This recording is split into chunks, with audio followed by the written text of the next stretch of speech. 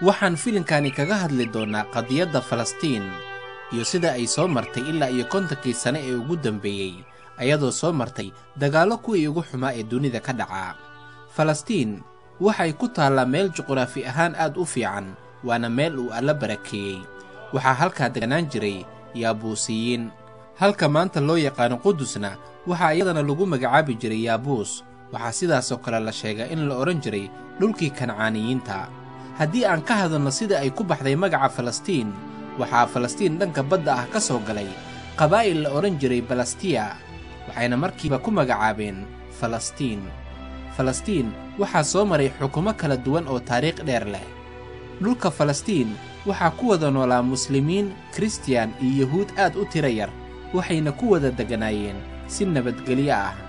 dhammaadkii qarnigii 19aad waxaa soo ifbaxay halis aad u weyn, taas oo ahayd in ay Yuhuudi ama Sahnuuniyiinta ay qabsadeen meelo badan oo ku hareeraysan Falastiin, waxayna ku talagaleen in ay kala qaybiyaan dhulkii Muslimiinta. sannadkii 1878 tiradii dadkii deganaa Falastiin waxay ku dhoweyd 460,000 oo dadka asalka ahaa, waxayna tirada Yuhuudda deganayd xilligaasi ahayd Falastiin 3%. waddamo badan oo Yurub ah ayaa waxay ku fikireen sidii ay isaga fogeyn lahaayeen Yuhuudda ku soo qaxday dalalkooda. si ay isaga fogeeyaan darteedna waxay ku fikireen inay hal waddan u sameeyaan Yuhuudda, laakiin halkee ayay doonayaan inay dejiyaan?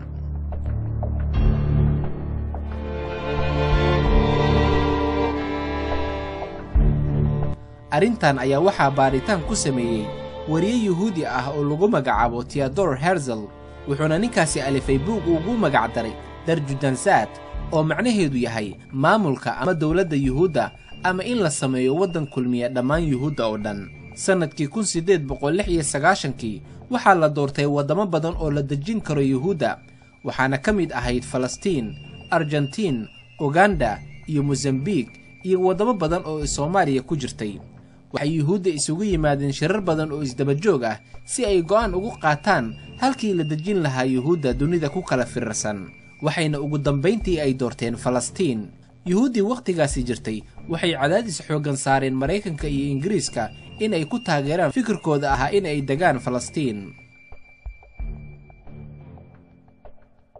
waxaa u soo qaxay Falastiin 25,000 oo Yuhuud ah, kuwaasi oo ka soo qaxay Ruushka, Poland iyo Romania, waxayna Yuhuudi deganeed Falastiin tiradoodii noqotay 5%. waxaana filimkani ku arki karnaa sidii ay Yuhuudda ugu soo qaxeen Falastiin iyagoo lagu soo daadgureeyey maraakiib waaweyn. si waliba ha ahaatee, soo qaxitaankii Yuhuudda waxay dadka deegaanka ku noqotay mid dhibaato badan ay kala kulmaan dhanka dhaqaalaha, guryaha iyo deegaanka guud ahaanba. sannadkii 1891 carabtii deganeed Falastiin waxay ku baraarugeen dhibaatada ku soo badanaysa dhulkoodii, waxayna cabasho ugu tageen maamulkii Cismaaniyiinta si ay ugu hortagaan Yuhuudda ka soo qaxaysa Ruushka. laakiin ma aysan istaagin soo qaxitaankii Yuhuudda. waxaa mar kale u soo qaxay dhulka Falastiin 40,000 oo Yuhuud ah, waxayna noqotay tirada dadka Yuhuudda ah ee deganeed Falastiin markaasi 8%. daciifnimadii ku dhacday dowladdii Cismaaniyiinta iyo dhammaadkii dagaalkii labaad ee dunida waxay dowladdii Ingiriiska iyo Faransiiska kala qaybsadeen dhulkii la oran jiray Shaam, ayagoo ka duulaya heshiiskii lagu magacaabi jiray Sykes-Picot.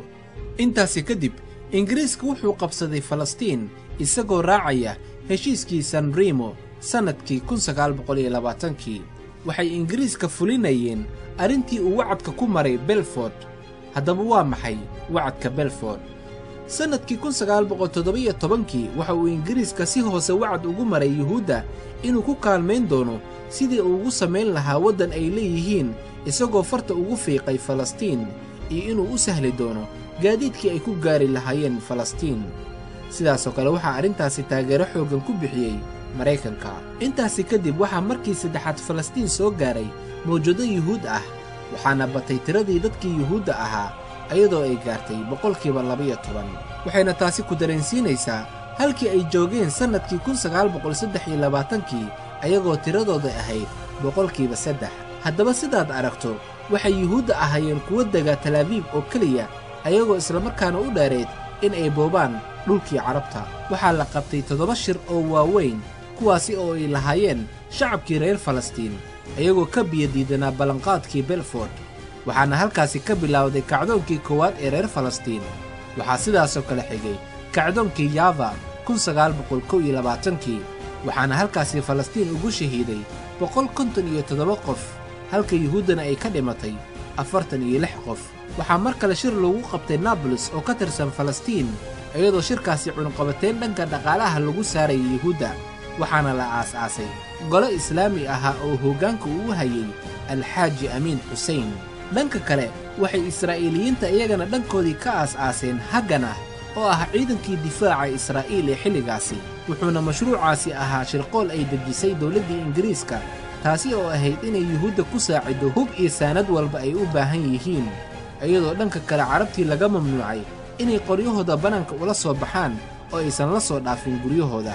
waxaa ise sii taray yuhuuddii ka soo qaxaysay boland ruushka iyo jarmalka iyo dalal badan oo dunida ka mid ah iyagoo si xooggan u soo degay falastiin waxayna tirada yuhuudda gaartay 17%.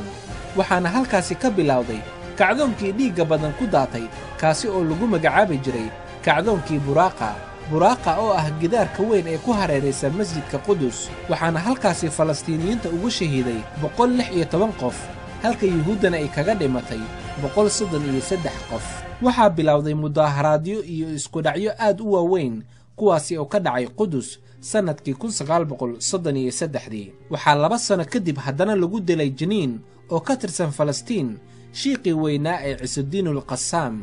isagoo ku jiray dagaalkii yacbad oo ay kaga soo horjeedeen gumaystihii ingiriiska waxaa mar kale falastiin soo gaaray dufcad kale oo qaxooti ah kuwaasi oo ku dhowaa 4 milyan oo dad ah waxayna yuhuuddii falastiin degganay tiradoodii noqotay 30%. waxaa falastiin ka dilaacay kacdoon aad u weyn kaasi oo looga soo horjeeday gumaystihii ingiriiska iyo yuhuuddii qaxootiga ku ahayd halkaasi wuxuuna kacdoonkaasi ka dhacayay falastiin guud ahaanteedba kacdoonkaasi oo noqday mid isdaba joog ah oo habeen iyo maalinba isdaba socday wuxuuna socday muddo dhan 6 bilood sannadkii 1937 waxay dawladda ingiriiska aas-aastay guddi lagu magacaabo biil kuwaasi oo go'aamiyey in la kala qaybiyo falastiin oo laga dhigo dawlad ay leeyihiin yuhuudda iyo dawlad ay leeyihiin carabta halka magaalada barakaysan ee qudusna ay dawladda ingiriiska maamulkeeda isku gaar yeeshay waxaana bilowday carabtii degganayd dhankii yuhuudda la siiyey inay ka soo qaxaan